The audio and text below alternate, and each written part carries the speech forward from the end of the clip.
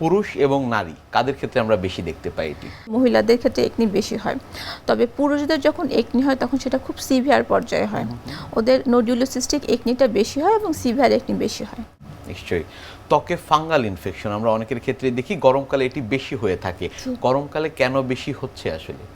গরমকালে ঘাম বেশি হয় আমাদের, এবং ঘামটা দেখা যায় যে অনেকক্ষণ ধরে যদি জমে থাকে এবং আমরা যদি ঘামটা ক্লিন না করি, তখন দেখা যায় যে বডির যে ফোল্ডেড পার্টগুলো আছে, যেগুলো কাভার থাকে, ওই এরিয়াগুলোতে ফাঙ্গাল ইনফেকশন বেশি হয়ে থাকে, যেটাকে সবাই দাঁত বলে থাকে বা ছুলি বলে থাকে।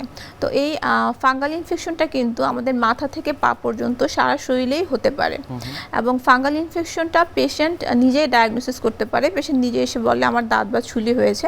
ইউজুয়ালি রাউন্ডের ধরনের একটা লিশন থাকে, এবং এই লিশনের মধ্যে অনেক বেশি চুলকানো থাকে, অনেক বেশি জ্বালা পোড়া থাকে, এবং পেশেন্ট বলে যে আমার এত চুলকানি হয় যে আমি কোনো জায়গায় বসে থাকতে পারি না।